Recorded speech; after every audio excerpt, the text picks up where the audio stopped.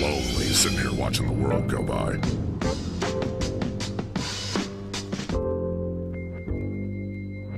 It'd be nice to have somebody to talk to. Wonder Woman calling Super Friends. A friend, a compatriot, a teammate. I think it's best if we team up. I say we go for it, yes! Show me a superhero worth their salt. Hang on, guys. I'm gonna save you no matter what it takes. And I'll show you a support network of friends standing behind them. United, we're invincible! Good going, Johnny. Whether it's the Sailor Scouts, or the Super Friends, or the Dragon Ball heroes. What a team! Everybody needs a helping hand. Hang on. Even the bad guys know a thing or two about teamwork. We all get by with a little help from our friends. And we can all be Super Friends. Welcome to Checkered Childhood, a classic Cartoon Network podcast covering many, many years of Cartoon Network's history. I'm funky. I'm fresh. The Powerpuff Girls? Not now, boy. I'm busy. Tonight's the third night. Hold on a sec. I'm getting an incoming transmission. One serving up anime TV of the likes I've never seen before. Welcome, ToonHeads, to Checkered Childhood, a classic Cartoon Network podcast covering the 90s and early 2000s of its checkered history. I'm your host, BDubs. Today we're visiting Moltar at his ghost planet control room to watch some 90s anime and some other unusual cartoons that he's gathered around the galaxy. You guessed it, we're talking all about Toonami's formative years and how it shaped the variety of content Cartoon Network offered forever. Although I do want to caution you that we're just going to be covering Moltar's era of Toonami for today. But don't worry, Tom will definitely make an appearance down the road, as he's got plenty of content to cover. Brief era overview, just so you know where we stand. The Moltar era was basically from 1997 to 1999. And then we move into the various T.O.M eras, where the first T.O.M era was 99 to 2000. T.O.M 2 was 2000 to 2003. T.O.M 3 was 2003 to 2007. T.O.M 4 was 2007 to 2008, which prompted its cancellation. And then there's a weird 3.5 era from 2012 to 2023, where T.O.M 5 emerged from 2013 to 2019, and now we have T.O.M 6 from 2019 to the present, as far as I know. That's a lot of Toonami, man. But enough of that. We've got more action-packed cartoons coming in. Let's launch our probe, Clyde 49, out to Earth, and get a clear picture on what this Toonami thing is all about.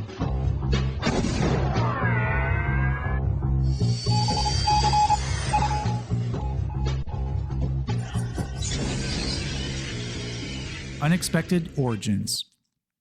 In an effort to stay competitive with other kids' network channels like Nickelodeon and Fox Kids featuring their uniquely branded cartoon programming blocks, Cartoon Network executive Mike Lazo wanted to create his own centered around action-packed animation that could give viewers a unique taste of their content. Lazo, who spearheaded the development of Space Ghost Coast to Coast, connected with Sean Atkins, who would in turn rope in his friend Jason DeMarco to develop the content for this upcoming program idea. DeMarco and Atkins loved watching anime growing up, but found it frustrating that it was hard to find on TV. They also felt the need to introduce these international cartoons to a Western audience, but could risk alienating them further, as it's not something they were used to just as Cartoon Network was forming its identity around this time. Bit by bit, they formed the concept. Creative Michael Cahill lent his talents to the project by adding in trendy skating footage, untranslated anime clips from video stores, and new types of underground lo-fi music beats to create a unique tone that would set it apart from anything done on the channel before. So far so good, but Atkins and DeMarco still needed a host for the programming block. Initially, they considered an anime girl paired with an AI bot, but trying to achieve that at the time 30 years ago was just financially out of the question, as it would take too much time, energy, and resources to animate both from scratch. But in a clever shift, the duo would return to Lazo to pick Moltar as the host, which keeps things much simpler, with no facial expression to animate, and a streamlined body to bring life into. With the tone, the name, and the host all in place, Toonami was finally ready for launch. Get ready for a power trip. Toonami Era 1 Overview. Toonami, forged by combining the words cartoon and tsunami, first premiered on March 17, 1997. Hey, it's St. Patrick's Day. Replacing the short-lived Power Zone as an afternoon action center programming block. The first iteration was hosted by Moltar, formerly from Space Ghost Coast to Coast, as director and supervillain from the Hanna-Barbera Space Ghost cartoons too. In this sort of spin-off series, Moltar was elevated from his underground side character to show producer. Typically, his segments would revolve around him commenting on the shows to come that appear on his monitor and control panel, which comprised of footage from its source material. The Startup Era's intro involved a new and improved CGI Moltar too, inside his lair examining a green heads-up display on his control panel. The very first Toonami Era's intro involved a new and improved CGI Moltar inside his lair, examining a green HUD on his control panel, or heads-up display. He would then launch a quirky probe character named Clyde 49 out of a massive cannon sticking out of the Ghost Planet Industries building into space, later crash landing on Earth. Clyde 49 sometimes would be seen relaxing on a beach chair on the shore as our logo on top of those TV broadcast bars you're used to seeing with the T.O.M would show. Programming times for Toonami started in the afternoons from 4 to 6 p.m. Eastern Standard Time, and was later moved to Saturday nights 7 to 9 p.m. Eastern Standard Time. First programs aired under Toonami's programming block in '97 began with just 4 shows: an edited version of Voltron, Thundercats, The Real Adventures of Johnny Quest, which was a 90s reimagining of the classic Hanna-Barbera series, and Cartoon Roulette, a randomizer featuring even more lesser-known Hanna-Barbera cartoon shows, plus a Max Fleischer animated Superman series from the 1940s in the mix. As Toonami gained steady attention, other shows were added to the Moltar Era roster. Anime added to the schedule in 1998 include Robotech, Sailor Moon, Dragon Ball Z, with American shows Beast Wars Transformers, and Super Friends rounding things off. Shows added in 1999 to the roster included Reboot, The Powerpuff Girls, which was a first for Cartoon Network originals, and Ronin Warriors. To spice things up, movies were soon added to the roster to further expand upon the popular series as it gained traction, and just show young viewers things they hadn't seen before as the variety continued. A list of movies added in 1999 to Toonami included Batman Mask of the Phantasm, Batman and Mr. Freeze Sub-Zero, which was related to the Batman and Robin movie, Johnny Quest vs. the Cyber Insects, and 3 Dragon Ball Z movies: Dragon Ball Z Tree of Might, The World's Strongest, and Dead Zone. To top things off, marathons were introduced for fans who wanted nothing but their favorites back-to-back for limited events.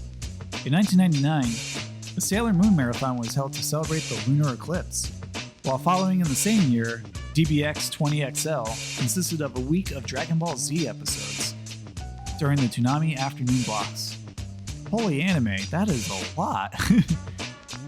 Moltar was a man of many talents during his initial Toonami era. He wasn't simply a character to fill space between shows, but an entertainer for kids who wanted to consume extreme alternative content on the cutting edge. I mean, just look at him. He's CGI. He wasn't hand-drawn because that was all the rage at the time when Sony PlayStation and Nintendo 64 were taking over kids' living rooms and bedrooms. In some instances, Moltar would comment on the shows to be shown through his dry wit during bumpers or before a show started. But in rare occurrences, he'd even review a few 90s console video games, speak of the devil, such as Final Fantasy VII and Cool Borders 2 for PlayStation 1, which would lay the groundwork for T.O.M and his game reviews for future console generations. Remember that one when he did Guitar Hero? That was a good time. Bottom line, Toonami gives Final Fantasy VII 5 out of 5, as close to perfect as it gets. This is the one by which all other RPGs will be judged. A must-have for any self-respecting gamer. Take it from us, but leave the hype. I'm out of here.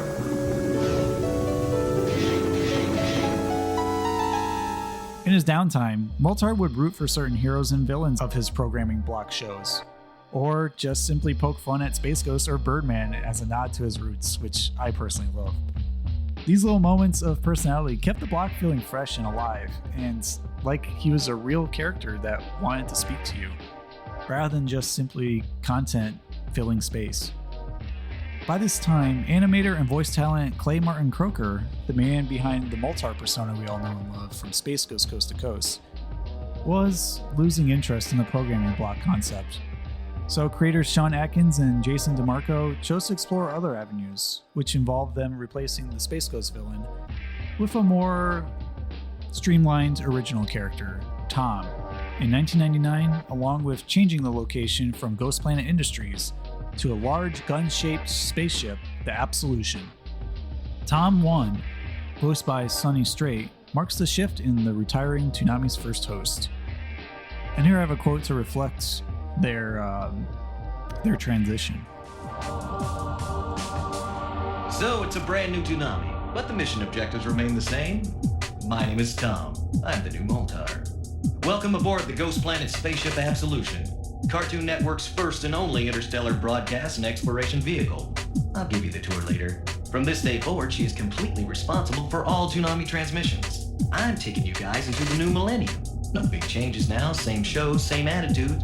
New place to do it, new guy to do it with. I'm not gonna waste any more time, let's get back into it. Later.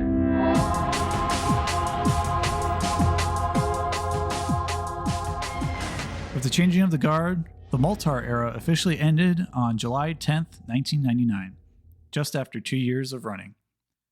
17 years later, the sudden death of Clay Martin Croker sent shockwaves among the community of longtime viewers in 2016, many of which were also fans of his voice work in Space Ghost Coast to Coast. Toonami responded by showing a tribute to the legend in a special transmission segment lasting a full minute.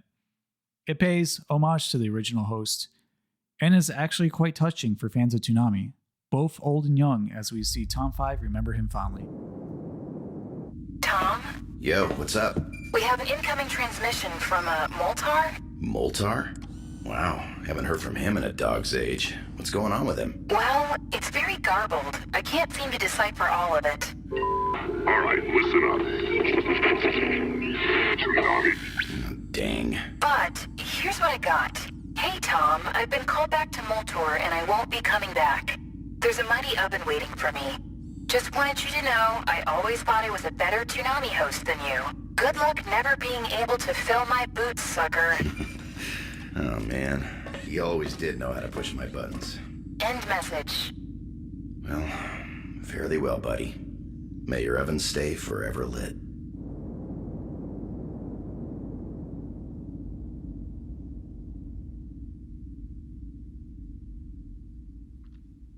As a fun little bit of trivia, Moltar and Clive 49 actually made a cameo appearance in issue 13 of the DC Comics series Cartoon Network Presents to talk about Toonami as sort of like a mini story / ad.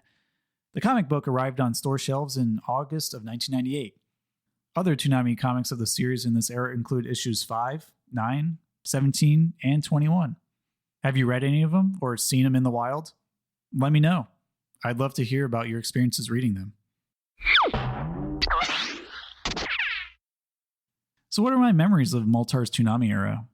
I mean, I have quite a bit, as this was the one I definitely tuned into after school. My friend Max and I used to love watching Sailor Moon because the theme song was super catchy and we loved the transformation sequences of the characters. And my brother and I loved watching Dragon Ball Z. I mean, something about the theme song with the hard, chunky rock riffs and seeing a giant dragon grant them wishes and fighting strong enemies, it just got us really pumped up to engage in the story throughout all the different sagas the show had to offer. And on my own, I actually watched The Real Adventures of Johnny Quest because while I wasn't familiar with the Hanna-Barbera version, the 3D version that appeared in the 90s introduced me to the older one, and I thought it was really cool to learn more about the character through the new material. Plus, you know, it was interesting enough with the 3D segments because it is a little bit 2D as well. And I do remember the villain who is stuck in the wheelchair did creep me out a bit. And I think there's like 2 different versions of him too. I'd have to revisit that for an episode. But do you guys remember watching The Real Adventures of Johnny Quest? And of course, I liked watching the Superman cartoons, the 1940s Max Fleischer ones. He's actually responsible for classics like Betty Boop, Popeye, and the Out of the Inkwell series featuring Coco the Clown and his dog Fitz. And I know most of you have no idea what I'm talking about, but for those who are familiar with animation history, you'll appreciate all that being shown to younger audiences. I think it had very fluid animation, and it's worth checking out even if you're just curious.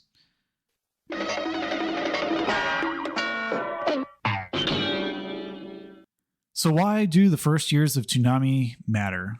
Well, without the first era, we wouldn't have all the other eras that would come after. You gotta start somewhere.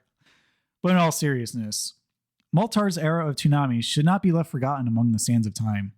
It bridged the gap between the older Cartoon Network audience with newer, younger viewers in the 90s who were interested in edgier, action-packed cartoons from both the East and the West. His efforts laid the groundwork and would 100% pave the way for T.O.M and his various iterations to do more and captivate its more mature audience as time went on. You could argue that video game reviews may have stemmed from Year 2, becoming highly prevalent in the 2000s and beyond on TV, with channels like G4 emerging in 2003, and later reviews showing up all over YouTube. I mean, there's a gaming section there now. They had to start from somewhere. For all it's worth, it's nice to see a seemingly obscure 1960s Hanna-Barbera character turned fringe adult anime talk show host, whatever, renewed with a sense of purpose and a fresh coat of CGI. So I'm happy that they were able to remix this into something truly unique and special. So, with Toonami, the first era covered, what shows and segments did you enjoy most and least about its original run? If you'd like to share your thoughts with me on the matter, either comment on YouTube or send me an email at checkeredchildhood@gmail.com. I'd love to hear from you. You can also rate and review this podcast on Spotify, Apple, or basically wherever else it shows up on your podcast platforms of choice. If you do rate and review me, I'll definitely share it with our fellow listeners in a future episode, just so that others know that we're listening too. All right, tune in next time when we visit Aaron City and avoid being beat up by a myriad of women, when we talk about my favorite Johnny Bravo episodes from Season 1. Which ones do you think will stand out to the most in the next episode? You just have to tune in to find out for sure. Hey, I just want to let you know that it means a lot to me that you're willing to listen to this little nostalgia show of mine, no matter what obscure Cartoon Network topics we cover. Let's get together like best friends and do it again real soon. Until then, I think I better check in with my pro buddy Clive49 to see if he has any reports on new tunes on Earth. What say you, Clive49? Any more anime to watch? Have a toonerific day. BDubs out.